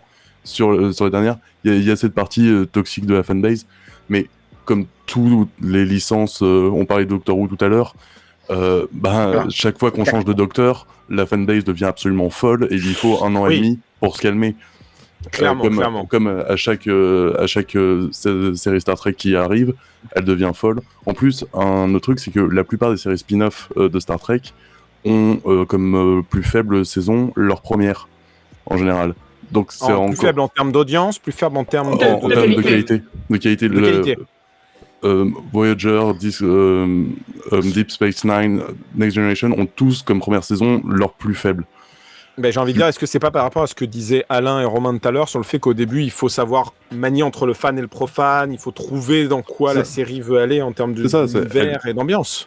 Elles cherchent leurs identités, des fois avec des gens qui découvrent un petit peu plus ou moins Star Trek, en tout cas ça arrive souvent chez les acteurs, donc c'est aussi le temps de se chercher, mais c'est pas aidé quand ils se font pourrir dès Next Generation, les gens demandaient mais pourquoi vous avez pas de Spock ? Parce qu'en fait, on fait autre chose. Oui, mais pourquoi vous n'avez pas de Spock ? Ça existe depuis les années 80, ça. C'est très bien dit, et c'est exactement ce sur quoi j'allais rebondir, moi, à titre personnel. Je me souviens très bien d'une interview qu'on avait eu la chance de faire, mon équipe, moi j'y étais pas malheureusement, mais mon équipe, sur le set de Star Trek Nouvelle Génération, au moment où la série démarrait. Vraiment au moment où elle démarrait. Et les acteurs qu'on avait interviewés, entre autres Stewart, disaient, au tout début, ils ont la première saison, hein, mais au milieu de la première saison, au tout début, on a eu vraiment des attaques très violentes des fans disant mais c'est une hérésie.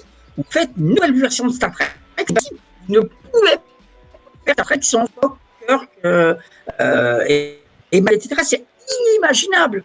Vous ne pouvez pas faire ça. Et vous êtes des hérésies.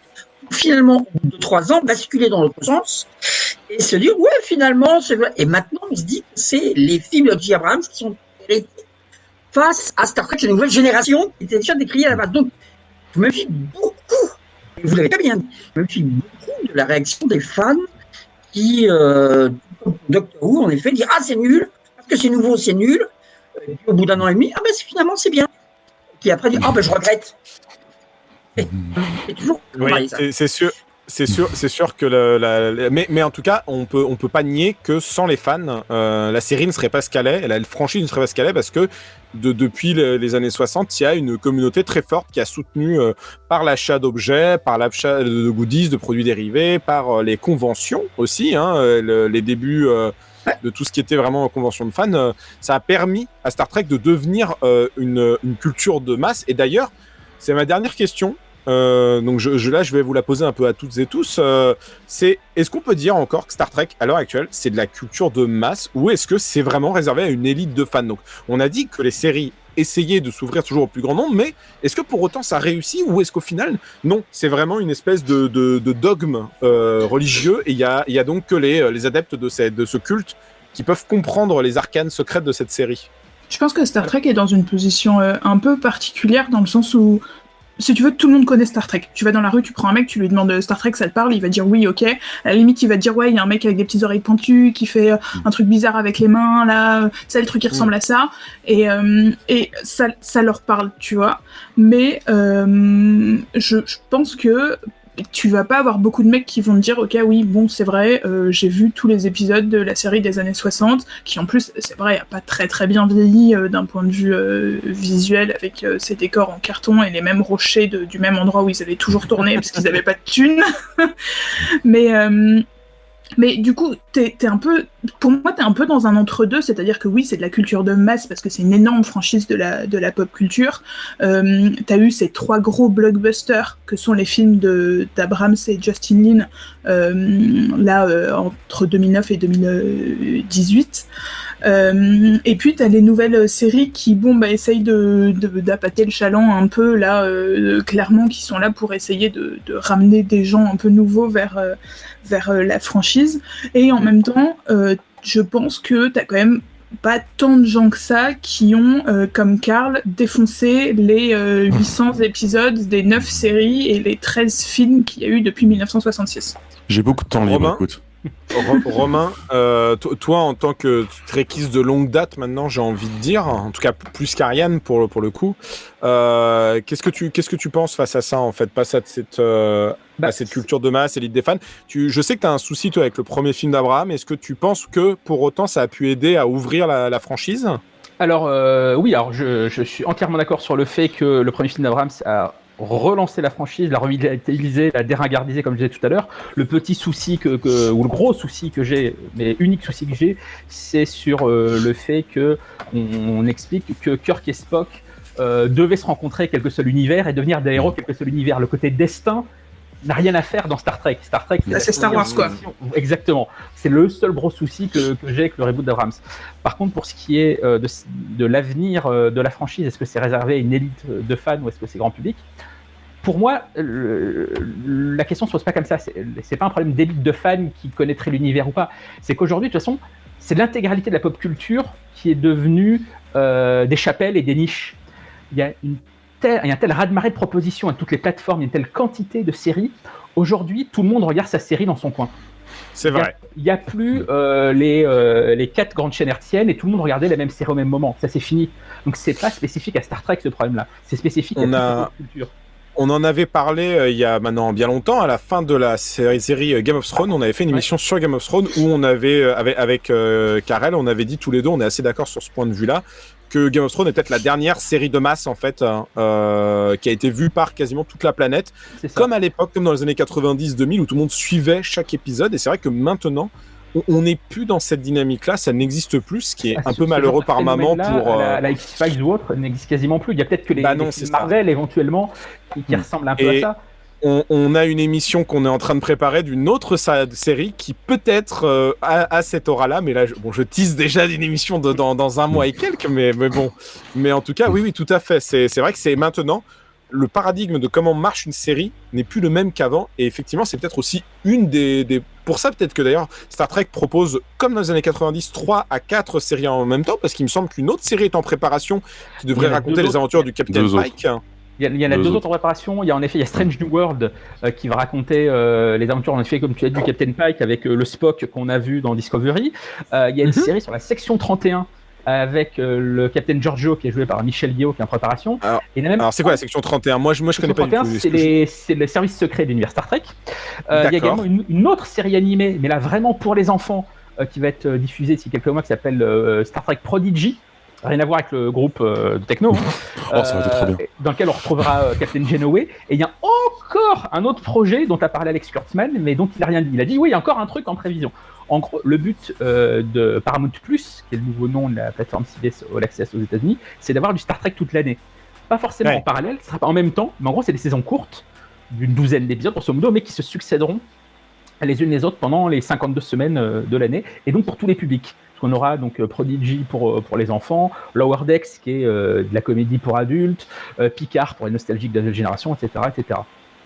Oui, donc du Star Trek à toutes les sauces. Donc j'ai envie de vous dire déjà, la licence, elle se porte bien et même on ne peut mieux.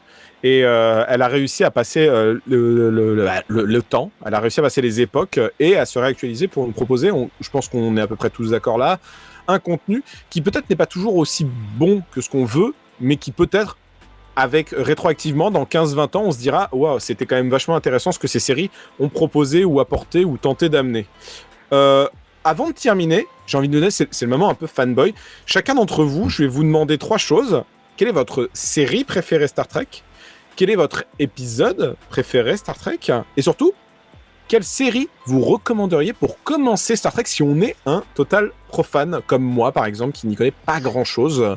Donc je vais commencer par ordre où je vois les caméras. Donc Karl.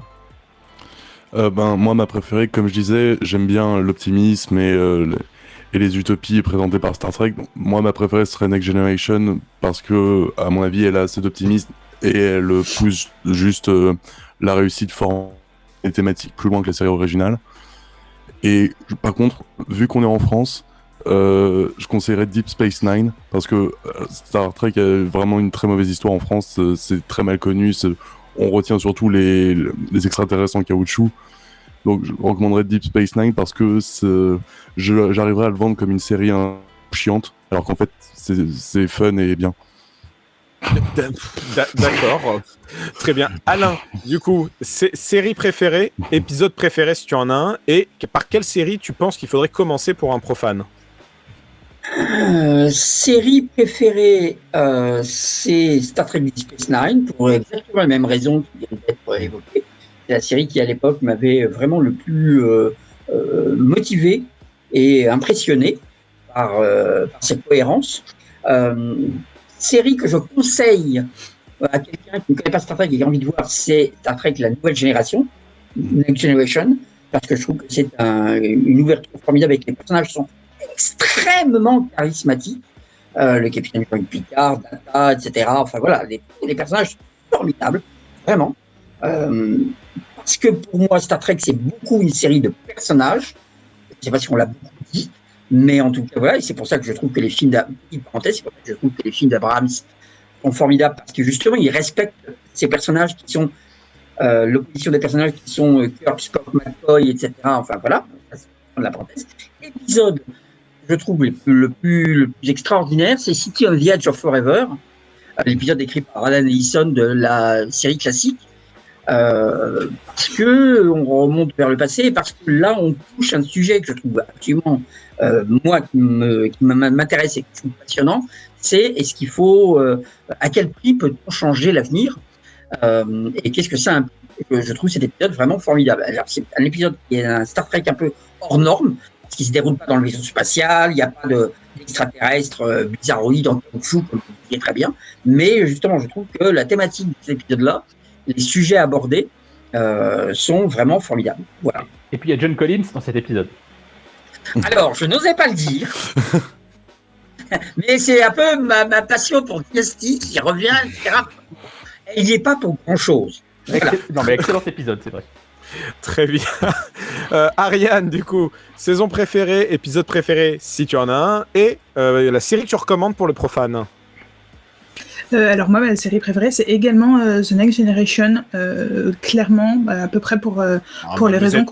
Aucun d'entre vous n'est objectif, c'est parce qu'il est français, le héros, c'est pour ça, tout simplement. Il est français, mais joué par Patrick Stewart, donc le meilleur des Français. Ariane, je ne veux rien entendre, c'est le meilleur des Français. Patrick Stewart, le meilleur des Français. Donc le meilleur des Français, clairement. Non, mais effectivement, c'est une très très bonne série, et c'est même de là que vient mon épisode préféré, qui est un épisode de la 5e saison, qui s'appelle The Inner Light, qui est centré sur le personnage de Picard justement, et qui est de tous les épisodes de Star Trek vraiment mon préféré. Je pleure devant à chaque fois, c'est terrible. C'est un des plus connus, hein. C'est-à-dire que même moi qui ne connais pas Star Trek, je connais de nom The Inner Light, qui est souvent cité comme l'un des summums de la série, de la franchise, même à tous les niveaux. Et il est vraiment excellent. Et pour le profane, écoute, je vais tricher un peu. Je suis désolée pour... c'est un sujet qui divise beaucoup de fans, donc je suis désolée pour tous ceux que je vais faire hurler. Mais moi, je vous conseille de rentrer dans la licence par le premier film d'Abrams, juste le premier, qui a le mérite déjà de m'y avoir... Si on voit applaudir, mais bon... Il a déjà le mérite de m'y avoir mise moi, donc c'est qu'a priori ça doit quand même pas trop mal marcher. Et c'est vrai que le problème de la série originale, c'est qu'aujourd'hui elle fait très ringarde avec ses vieux décors, etc. Mais en fait, une fois que tu t'es un peu attaché au personnage, etc., elle passe vachement mieux, parce qu'en fait t'as envie de te faire ces 3 saisons-là, t'as envie de voir Spock joué par Leonard Nimoy, qui était extraordinaire, t'as envie de voir William Shatner et ses abdos exposés à chaque bagarre, parce qu'il fallait déchirer son t-shirt à chaque fois, tu vois. mais du coup c'est, je pense, une bonne introduction à l'univers quand même, parce que elle a le mérite de le présenter de façon moderne, et ça permet de t'ouvrir à tout ce qui a été très bien fait avant, y compris donc The Next Generation. Bon, et Romain... Il est passionnant, ce film. Il est passionnant. Romain, je ne suis pas sûr que tu vas donner ça comme référence pour commencer l'univers, mais disons que toi, pour finir, quelle est ta série préférée, ton épisode préféré si t'en as un, et la série par laquelle tu penses qu'il faudrait commencer? Série préférée, je suis absolument totalement incapable de départager La Nouvelle Génération et Deep Space Nine. Pour des raisons différentes, mais à égalité, les 2 summums de la franchise.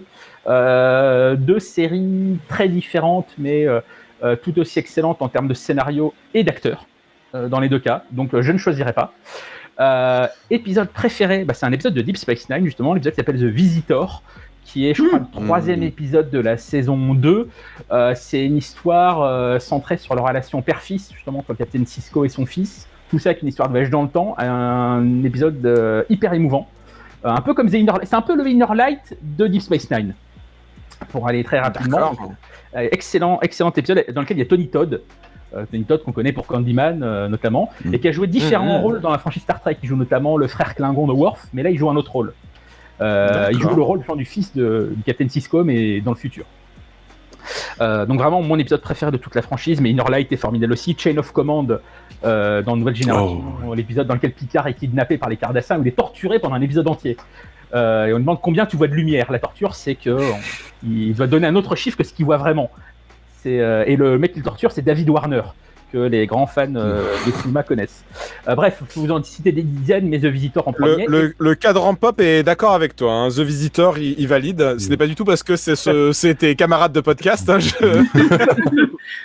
Hein, par quoi rentrer ? Moi, je dirais rentrer par la Nouvelle Génération, mais on va dire sur les 2 premières saisons, faut faire un peu le saute-mouton, faut sauter certains épisodes, faut voir le pilote. Faut voir le pilote, faut voir des épisodes avec Q, faut voir les premiers épisodes avec les Borg, faut voir Major of Man, qui est le procès de Data, et ensuite, à partir de la saison 3, on regarde tout.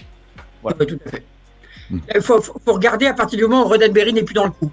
Où ils ont les nouveaux uniformes. En fait, ce qu'il faudrait qu'on fasse, c'est qu'on vous sorte notre watchlist d'épisodes incontournables de toutes les séries Star Trek qu'on a créées pour bosser l'émission et former nos petits camarades d'Hyperlink à Star Trek. Oui, parce que la plupart voulaient pas tout regarder. Au lieu de 800 épisodes, il y en a 150, c'est pas grave, hein, bien sûr. Ça va, on s'est vraiment limité. Écoute, les 100 meilleurs épisodes de Star Trek.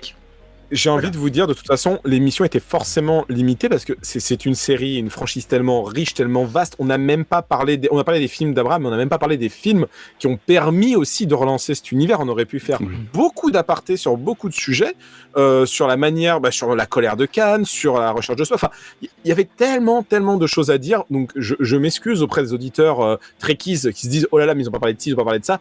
Je pense que vous en doutez, c'est compliqué de parler, surtout là on est à 4 spécialistes, 4 experts qui ont chacun leur domaine un peu de prédilection, leur niveau de fan, mais je trouve quand même, je vous applaudis parce que vous avez fait un bon boulot tous ensemble d'arriver à quand même décortiquer un peu ce qui fait l'intérêt, le sel de Star Trek en tout cas, donc bravo à vous 4, la mission est accomplie, vous pouvez rentrer, c'est Starfleet over...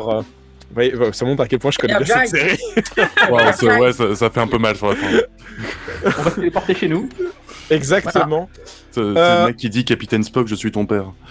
Exactement. On n'a pas parlé. Mais sinon, dans Star Trek, c'est important. Alors voilà, on a sur le chat, je suis désolé, j'ai pas beaucoup eu le temps de parler du chat, mais vous vous en rendez rendu compte, il y a eu beaucoup de choses à dire, j'ai pas eu le temps de beaucoup lire, mais là je ne peux m'empêcher, je vois que Tarte au citron dit ma meilleure série préférée Star Trek c'est Babylon 5. Voilà. Oh, sûr. Et le meilleur film c'est Galaxy Quest. Voilà. Ah oui, on est d'accord, c'est vrai, Galaxy Quest. Ouais, et dans Babylon 5, on retrouve Chekhov. Walter Koenig, exactement, tout important dans Babylon 5. Tout à fait. On en a fini, je vous remercie toutes et tous. Avant de partir, Karl, Ariane, où on peut vous retrouver? On s'en doute avec nous sur Hyperlink, parce que vous n'avez rien à faire d'autre, parce que vous êtes nos esclaves, comme moi. D'ailleurs, je suis esclave moi-même de cette émission. Bonne ambiance. Romain, Oui, Alain, où est-ce qu'on peut vous retrouver, Romain?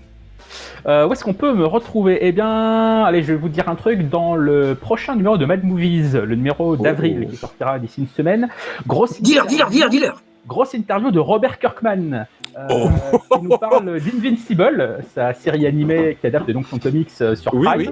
Et on parle évidemment d'Invincible, on parle de comics, on parle d'un truc avec des zombies. Enfin voilà. Donc ça sera à lire d'ici, je crois, une bonne semaine dans Mad Movies. D'accord, très bien. Et donc le cadran pop aussi. On parlait de Star Trek, on peut parler du quadran pop un petit peu quand même. En ce moment, il est un petit peu en pause, puisqu'en fait, on fait des débriefs d'épisodes des nouvelles séries. Et en ce moment, il n'y a pas de nouvelles séries. Mais justement, tu disais tout à l'heure qu'on n'avait pas eu le temps aujourd'hui de parler des films. Je peux vous dire qu'on va enregistrer un prochain épisode sur l'un des films. On va se concentrer, on va faire des petits hors-séries, on va parler d'un des films. Je crois qu'on enregistre ça d'ici une semaine. Ça devrait être en ligne. Ça, je sais pas moi qui décide. Il faut demander à Guigui, notre grand maître à tous du cadran pop. Mais voilà, on va profiter de la pause de la diffusion pour revenir un peu en arrière.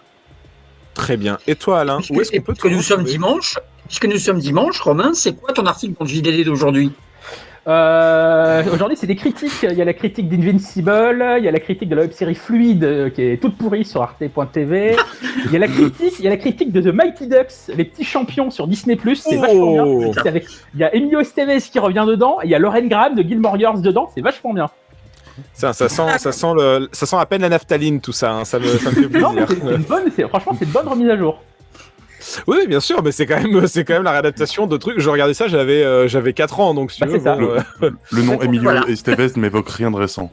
Tu entends Emilio Estevez et t'as ton mulet qui repousse automatiquement. Un flashback des années 80. Il a fait des très bons films comme réalisateur, Emilio Estevez, je suis désolé. Il a fait The Way. Non mais je me moque pas, mais c'est sur la route de Saint-Jacques-de-Compostelle qui est vachement bien. Il a fait un truc autour de l'assassinat de Bobby Kennedy qui est vachement bien aussi. Vous êtes toujours dans une émission sur Star Trek. Vous le lancez, vous savez pas où vous allez là. Alors là, je suis désolé. Romain, quand les bars pourront rouvrir, on ira se prendre un verre, tu me parleras d'Emilio Estevez. Écoute, vraiment, j'écouterai avec plaisir. Il a quand même une bien meilleure carrière que son frère, je suis désolé. Oui, bah oui. Oh là là. On va pas rentrer dedans. Alain, attendez, c'est vous. Là, vous avez voulu lancer sur un sujet.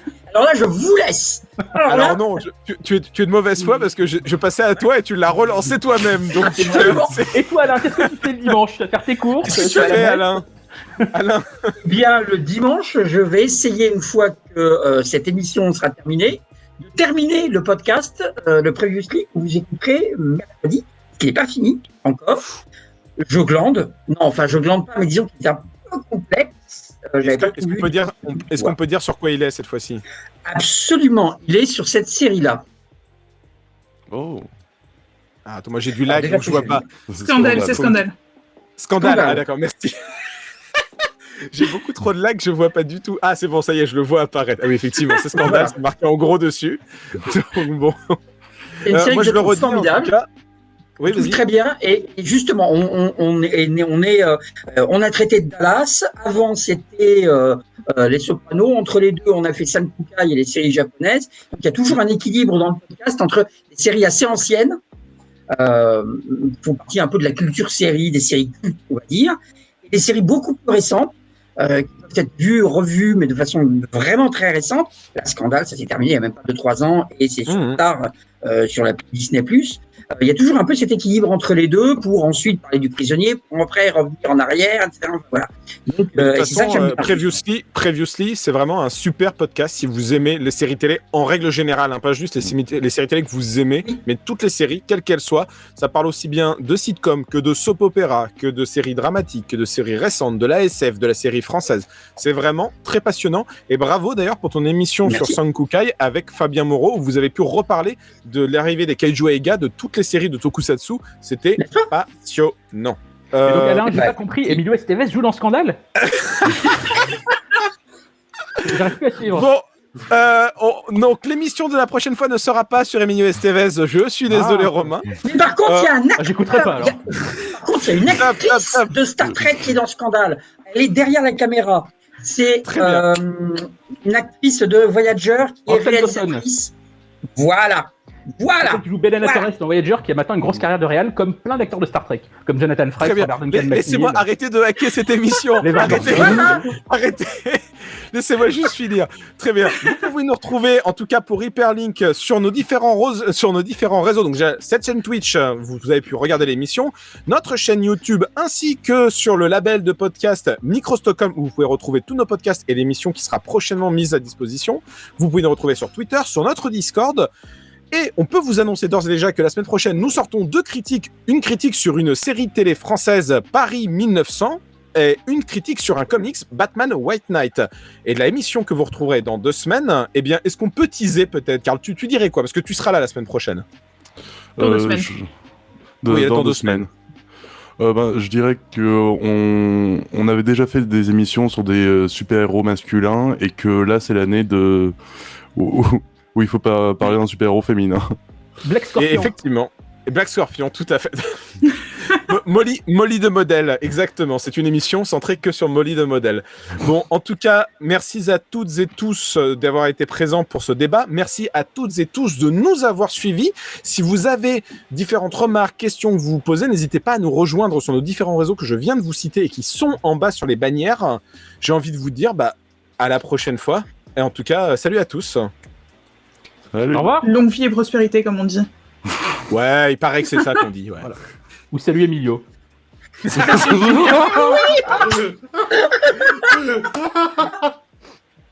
Faut qu'on finisse toutes les émissions comme ça.